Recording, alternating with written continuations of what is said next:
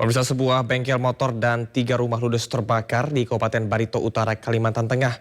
Sempat terdengar ledakan membuat api cepat membesar.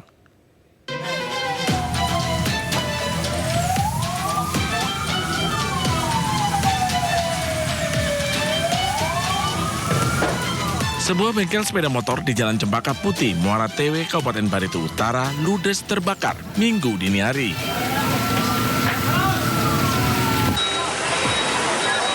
Tidak hanya bangunan bengkel, bahkan 3 rumah, 8 motor, dan 2 mobil yang terparkir ikut terbakar.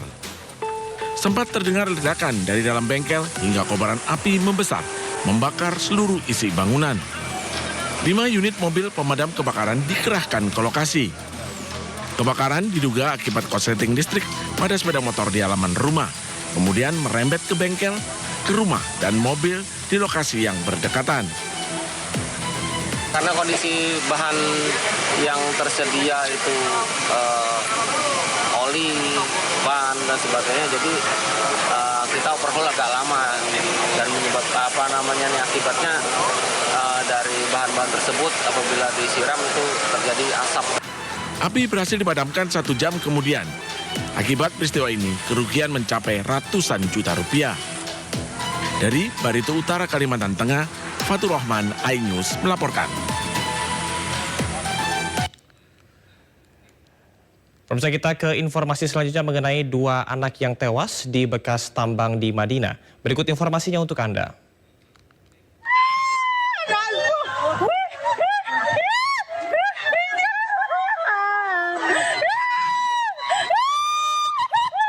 Dua anak ditemukan tewas saat bermain air di bekas galian tambang ilegal yang masih digunakan penambang di Desa Rantobi, Batang Natal, Mandailing, Natal, Sumatera Utara.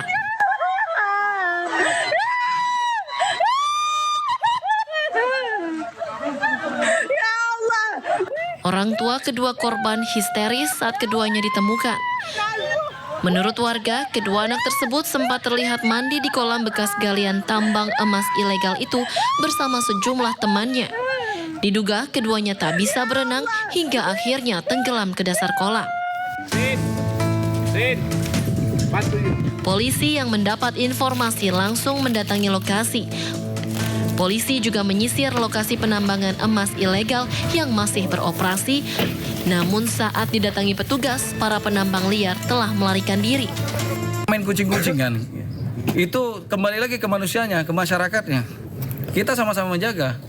Kalau saat ini supaya tidak kucing-kucingan akan kita jaga, kita patroli terus. Ya, agar tidak ada lagi kucing-kucingan. Ya, ada istilah kucing-kucingan itu akan kita jaga terus, kita cari terus. Ya, saat ini bisa kita lihat sendiri, ini akan kita amankan, akan kita kembalikan ke kondisi semula.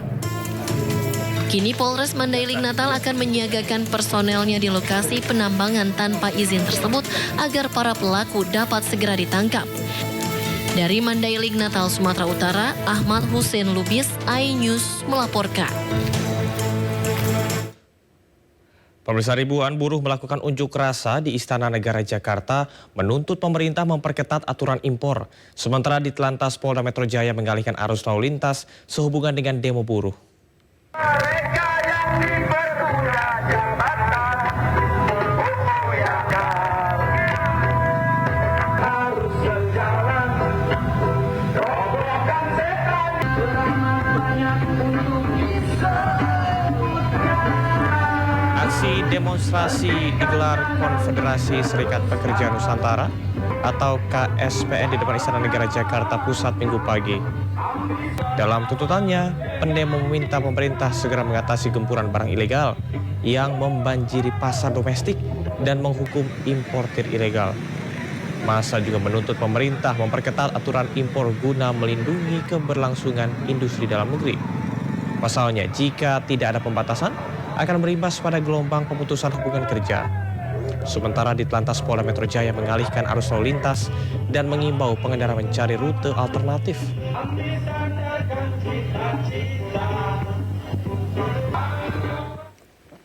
Apakah demo buruh masih berlangsung pada siang hari ini? Untuk mengetahui suasana terkini demo buruh di kawasan Monas, Jakarta, kita akan sapa rekan Galuh Pandu bersama juru kamera Seto Pramono. Galuh, apakah demo masih berlangsung siang hari ini dan apa saja tuntutan mereka? Ya, selamat siang, jemaah dan pemirsa. Sampai saat ini demo masih berlangsung yang dimulai sejak pukul 10 waktu Indonesia Barat. Demo ini adalah ribuan pekerja atau buruh yang berasal dari Konfederasi Serikat Pekerja Nusantara. Dan diklaim mereka terdiri dari sekitar 10.000 buruh yang tergabung dari berbagai daerah di Indonesia yang hari ini tiba di Jakarta mulai sejak subuh tadi. Kami melihat mereka sudah berkumpul di kawasan Gambir untuk kemudian melanjutkan long march menuju ke area Patung Kuda, mulai Jalan Medan Merdeka Selatan, Jakarta. Dan aksi ini memberikan sejumlah tuntutan utama, diantaranya adalah tolak ilegal impor atau ilegal impor yang di bidang tekstil, garmen dan juga sepatu yang dianggap merugikan industri padat karya dalam negeri, dan juga beberapa tuntutan lainnya adalah cegah PHK serta lindungi hak buruh. Saat ini aksi sedang berlangsung dengan orasi yang disampaikan oleh Presiden KSPN yaitu Ristandi dengan sejumlah rincian tuntutan, diantaranya adalah berantas praktik impor ilegal dan hukum pelaku-pelakunya, juga termasuk revisi Permendak nomor 8 tahun 2024 sebagai wujud janji Presiden Prabowo karena dianggap merugikan industri padat karya dalam negeri, melindungi korban PHK dan pastikan hak pesangon sesuai dengan aturan, buat kebijakan melindungi industri dan pekerja serta perkuat penegakan hukum terhadap pelanggaran ketenagakerjaan dan impor. Saat ini orasi sedang disampaikan oleh Presiden KSPN Ristandi dengan beberapa background atau latar belakang yang mendasari aksi ini dilaksanakan. Di antaranya adalah terjadinya krisis industri padat karya di Indonesia di bidang sektor industri mengalami krisis, yaitu 60 perusahaan tutup atau mengalami efisiensi, ratusan ribu pekerja terkena PHK besar-besaran juga terus berlanjut akibat beberapa hal. Beberapa di antaranya adalah melemahnya pesanan atau sedikitnya melemahnya daya beli masyarakat, persaingannya tidak sehat dari produk impor yang murah, serta banyak korban PHK yang belum menerima hak pesangon. Kehidupan keluarga buruh juga kini makin terpuruk. Dapat kami informasikan pula ada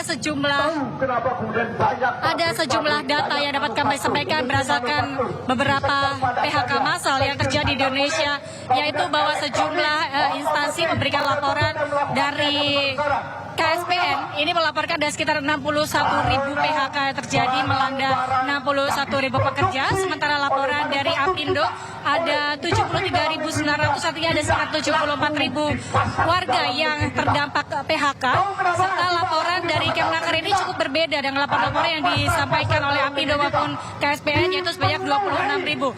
Artinya ini masih terjadi, PHK masih terjadi dan kemungkinan tidak dilaporkan karena mengingat bahwa laporan tunjangan hari tua yang diklaim di BPJS ini juga mencapai angka 52.000. Sehingga beberapa poin-poin yang disampaikan dalam orasi-orasi dan juga dalam aksi unjuk rasa ini, beberapa di antaranya adalah PHK massal ini berdampak bagi kehidupan sosial politik di Indonesia karena akan semakin terjadinya meluasnya kemiskinan dan juga akan bergejolak di bidang sosial politik.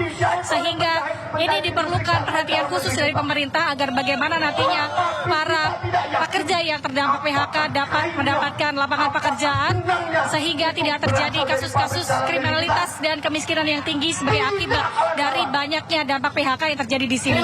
Sementara kami belum dapat berbincang langsung dengan Presiden KSPN karena saat ini sedang berorasi, namun kami akan terus memberikan informasi terbaru bagi Anda, Camar. Baik, terima kasih rekan Galuh Pandu melaporkan langsung dari kawasan Monas, Jakarta. Selamat bertugas kembali. Kita ke informasi selanjutnya, pemirsa. Ratusan petugas dikerahkan di hari ketiga pencarian korban longsor tambang batu alam di Gunung Kuda, Cirebon, Jawa Barat. 8 korban diduga masih tertimbun material longsor. Ratusan petugas gabungan fokus mencari korban di area timur kawasan tambang, di mana sebelumnya 3 korban meninggal dunia ditemukan di area ini Sabtu sore. Selain ratusan petugas, sejumlah alat berat dan anjing pelacak juga diterjunkan untuk membantu proses pencarian. Hingga kini total ada 17 korban ditemukan meninggal dunia, sementara 8 lainnya dinyatakan hilang telah ditemukan. bahwa ada bongkahan batu besar. Itu diduga bahwa semua petambang berlindung di batu besar. Dari saksi yang memberikan informasi kepada Basarnas. Maka untuk operasi SAR hari ketiga ini kami fokuskan pencarian di satu titik bongkahan. Pemirsa, polisi menetapkan 2 tersangka dalam kasus longsor Gunung Kuda di Cirebon, Jawa Barat. 2 tersangka merupakan pemilik tambang dan kepala teknik tambang.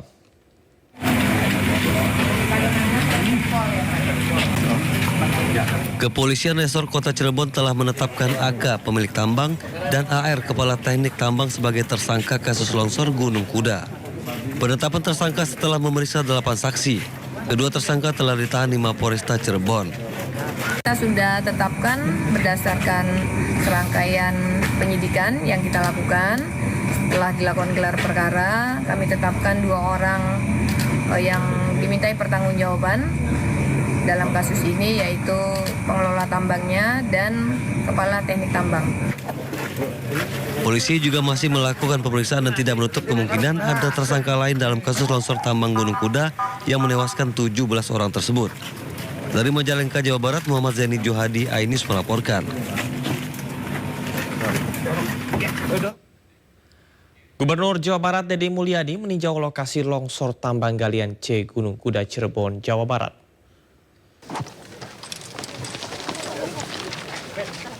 Deddy Mulyadi bersama jajaran memantau proses evakuasi area penambangan Gunung Kuda, Kecamatan Dukuh Puntang, Kabupaten Cirebon, Jawa Barat. Deddy menjamin saat ini izin perusahaan yang mengelola area penambangan sudah dihentikan. Deddy pun sudah berkoordinasi dengan dinas terkait agar mencabut seluruh izin penambangan di area Jawa Barat. Ketiga izin tambang yang dikelola oleh Koperasi Pondok Pesantren Koperasi Pondok Pesantren Al-Azhariyah sudah dicabut sejak tadi malam dan tembusan pencabutannya sudah saya sampaikan ke Pak Kapolda sebagai bahan penyelidikan dan penyidikan. Yang kedua, meminta kepada pemerintah Kabupaten Cirebon untuk melakukan perubahan tata ruang. Wilayah ini untuk dirubah bukan areal penambangan, tapi areal kawasan hijau. Dan kemudian yang ketiga, meminta Perhutani untuk mencabut KSO-nya, kerjasama penambangan. Bukan hanya di sini, di seluruh Provinsi Jawa Barat saya minta Perhutani mencabut seluruh kerjasama penambangan dan selanjutnya dikembalikan kembali menjadi kawasan hutan. Sebelumnya Gunung Kuda di Kabupaten Cirebon juga pernah mengalami longsor pada 11 Februari 2025. Longsor serupa juga pernah terjadi pada 19 Juni 2023 yang sempat menghebohkan masyarakat.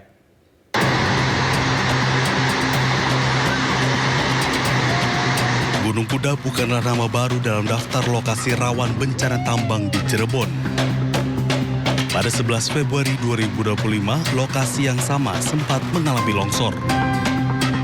Meski tidak memakan korban jiwa karena aktivitas penambangan dihentikan sementara saat itu, peringatan dari para ahli geologi dan lingkungan telah dilontarkan sejak lama.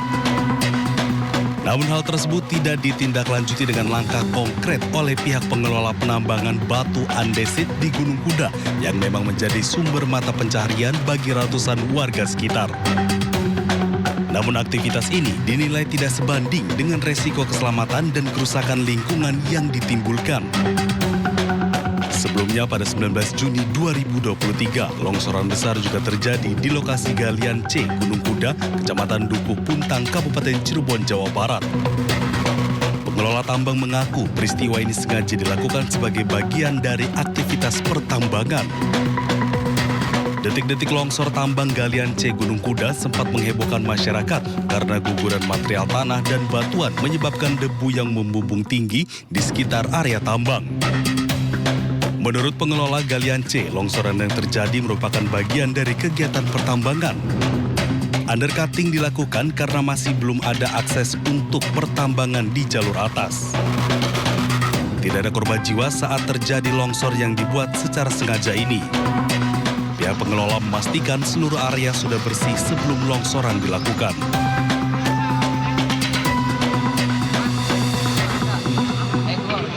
Puluhan remaja terlibat aksi tawuran di Kota Padang, Sumatera Barat. Sebanyak 8 orang pelaku beserta senjata tajam berhasil diamankan oleh petugas.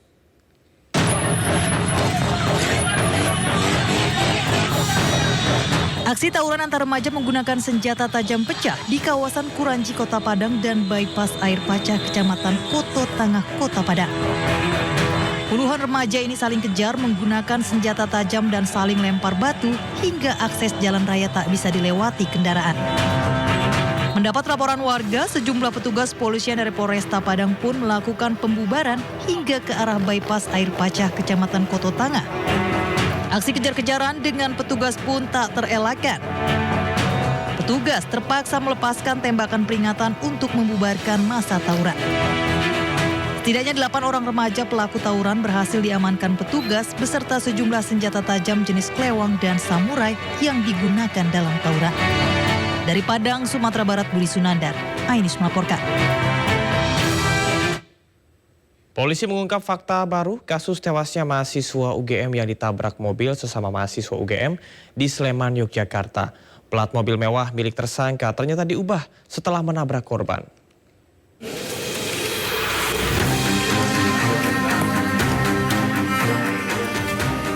Ada fakta terbaru dalam kasus kecelakaan yang merenggut nyawa Argo Eriko Afandi, seorang mahasiswa Universitas Gadjah Mada di Sleman, Yogyakarta. Plat mobil tersangka, Cristiano Tarigan yang juga sesama mahasiswa UGM, ternyata diganti setelah menabrak korban. Dalam video, mobil mewah tersangka sebelumnya bernomor polisi F1206. Namun saat diamankan polisi, terungkap nomor polisi mobil berubah menjadi B1442 NAC. Polisi pun menangkap seorang terduga pelaku berinisial IV yang mengganti plat mobil tersangka. Dan aksinya terekam kamera CCTV Mapolsek Ngaglik. Terduga pelaku berdalih ingin mengambil barang di dalam mobil saat mengganti plat nomor mobil tersangka. Polisi juga mengamankan 2 pelaku lainnya berinisial WI dan NR. Itu orang itu datang lagi ke situ, ya, kemudian mengganti plat nomor. Ya, di CCTV ada mengganti plat nomor, yang plat nomor F diganti plat nomor B. Yang plat nomor B ini sesuai dengan STNK. Sebelumnya beredar di media sosial, mobil mewah milik tersangka Cristiano Tarigan berbeda plat nomor. Usai menabrak korban Argo Eriko.